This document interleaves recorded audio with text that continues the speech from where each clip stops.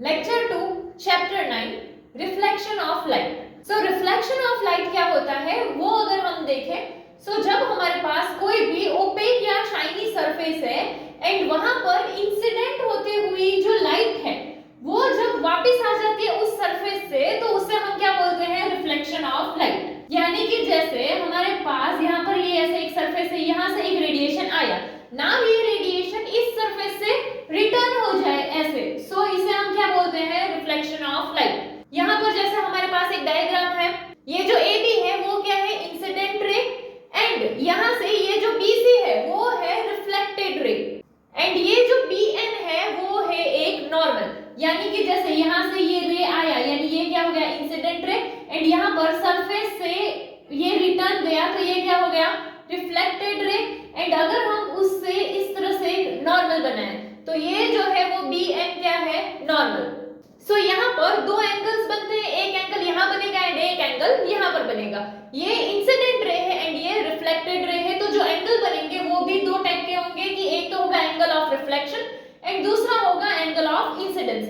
Now angle of incident क्या होता है, सो ये जो इंसिडेंट रे एंड नॉर्मल इन दोनों के बीच का जो एंगल होता है इसे हम क्या बोलते हैं, एंगल ऑफ इंसिडेंस। एंड जो रिफ्लेक्टेड रे है एंड नॉर्मल है उन दोनों के बीच के एंगल को क्या बोलेंगे, एंगल ऑफ रिफ्लेक्शन। देन अगर हम लॉज ऑफ रिफ्लेक्शन देखें, so angle of incident and angle of reflection in दोनों का वैल्यू सेम होता है, यानी कि I इक्वल्स टू R हो जाएगा। ये जो हमारा इंसिडेंट रे है, ये रिफ्लेक्टेड रे है एंड ये नॉर्मल है, ये तीनों ही सेम प्लेन पे होते हैं। देन है साइन कन्वेंशन। साइन कन्वेंशन देखने से पहले हम मिरर के टाइप्स एंड जियोमेट्री देख लेते हैं। सो नाउ अगर हम पहले मिरर के टाइप्स देखते हैं तो मिरर के मेनली दो टाइप्स होंगे, एक होगा प्लेन मिरर एंड एक होगा spherical mirror. And spherical mirror के अगर हम टाइप्स देखेंगे तो उसमें एक होता है कॉन्केव मिरर एंड एक है कॉन्वेक्स मिरर।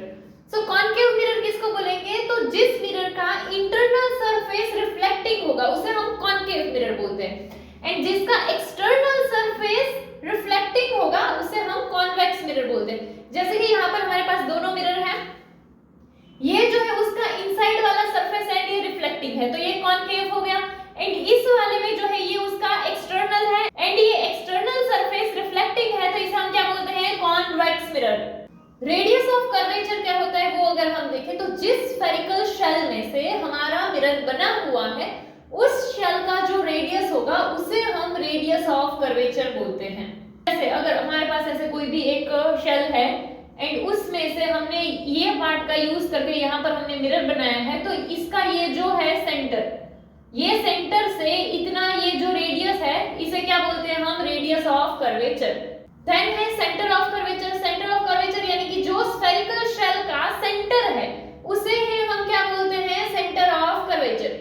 देन होता है पोल। सो पोल क्या होगा, तो ये जो हमारा पूरा रिफ्लेक्टिंग सरफेस यहाँ से लेकर यहाँ तक का रिफ्लेक्टिंग सरफेस है तो ये रिफ्लेक्टिंग सरफेस का जो सेंटर है उसे हम क्या बोलते हैं, पोल, यानी कि ये। एंड जितने भी डिस्टेंस मेजर किए जाएंगे वो सारे कहां से किए जाते हैं, पोल से ही मेजर किए जाते हैं। तो यहाँ पर हमारा रेडियस ऑफ कर्वेचर पोल से यहाँ से ये जो है सेंटर इतने तक में जो है वो हमारा रेडियस ऑफ कर्वेचर आ गया। एंड वैसे ही अगर हम यहाँ पर देखें तो ये ऐसे हमारा सरफेस है एंड उसमें पोल यहाँ पर है एंड सेंटर जो है वो यहाँ पर है, तो ये पोल एंड ये सेंटर इन दोनों के बीच का ये जो डिस्टेंस है वो क्या हो गया, रेडियस ऑफ कर्वेचर। देन है प्रिंसिपल एक्सिस। प्रिंसिपल एक्सिस क्या होता है, तो हमारा ये जो सरफेस है उसमें से एक इमेजिनरी लाइन पास होती है एंड ये लाइन कहाँ, तो ये पोल एंड सेंटर जो है इसमें से पास होती है, तो ऐसे इमेजिनरी लाइन को प्रिंसिपल एक्सिस बोलते हैं। देन है principal focus. Now principal focus क्या होता है वो, तो जब भी ये प्रिंसिपल एक्सिस है इसके पैरेलल रेज जो आते हैं वो रिफ्लेक्ट करके जिस पॉइंट पे मिलते हैं उसे हम फोकस बोलते हैं। जैसे कि ये हमारा प्रिंसिपल एक्सिस है, तो उसके पैरेलल यहाँ से इस तरह से ये एक इंसिडेंट रे है तो वो इस सरफेस से रिफ्लेक्ट करके अगर इस पॉइंट से ऐसे पास होता है तो ये जो पॉइंट होगा वो क्या होगा, फोकस का। जितने भी पैरेलल रेज आएंगे वो सारे फोकस से ही पास होंगे।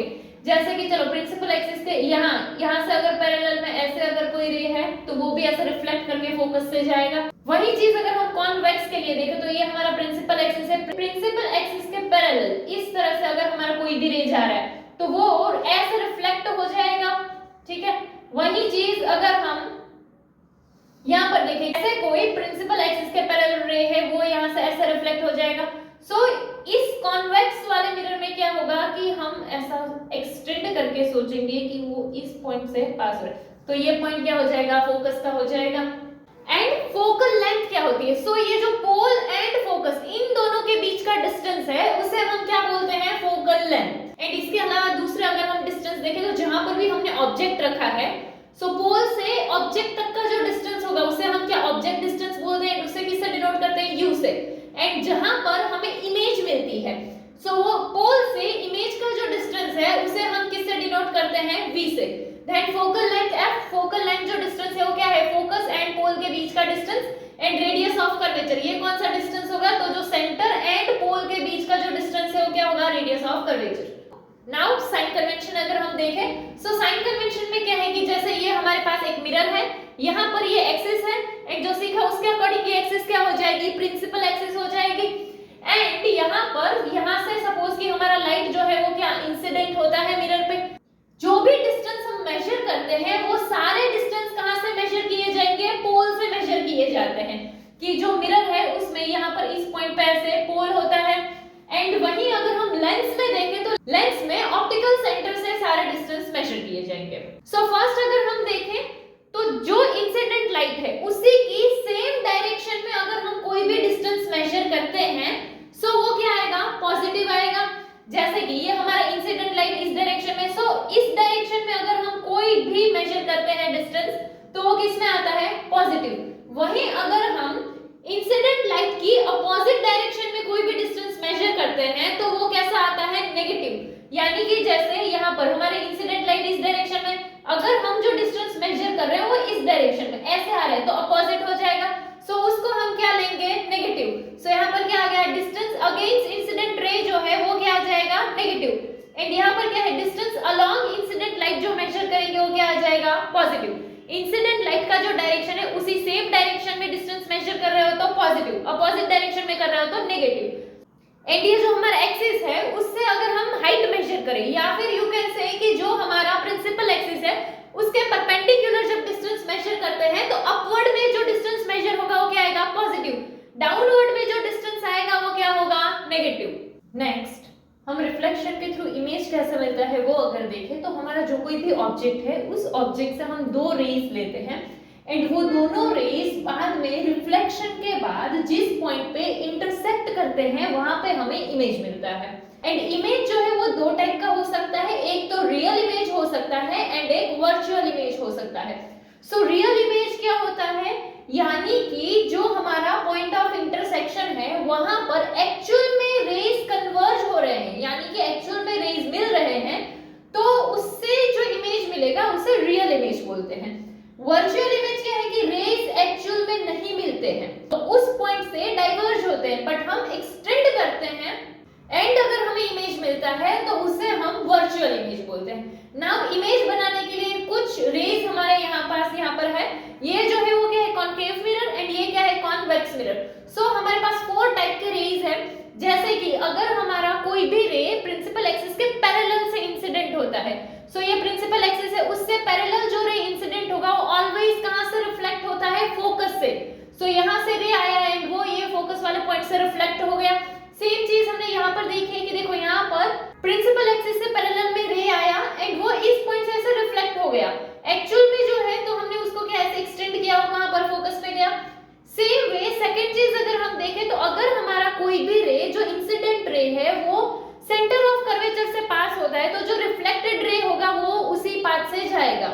देन जो थर्ड है वो क्या है कि अगर इंसिडेंट रे फोकस से पास होता है, सो रिफ्लेक्टेड रे जो है वो कहां से जाएगा, प्रिंसिपल एक्सिस के पैरेलल जाता है। यहाँ पर जो था ये उसी का है कि जैसे यहाँ पर क्या था, प्रिंसिपल एक्सिस से पैरेलल आएगा तो फोकस से पास होगा। यहाँ पर क्या है, फोकस से अगर आता है इंसिडेंट रे तो रिफ्लेक्टेड कहां पर होगा, पैरेलल में जाएगा प्रिंसिपल एक्सिस के। एंड यहाँ पर क्या देखा था कि अगर कोई भी रे सेंटर ऑफ कर्वेचर से इंसिडेंट होता है तो वहीं से रिफ्लेक्ट होता है। एंड यहाँ पर कि पोल के साथ कोई भी रे अगर एंगल बनाते हुए ऐसे इंसिडेंट होता है तो वो रिफ्लेक्शन के लॉ को फॉलो करके वहीं से रिफ्लेक्ट हो जाता है, यानी कि यहाँ पर ये दोनों एंगल कैसे होंगे, सेम होंगे।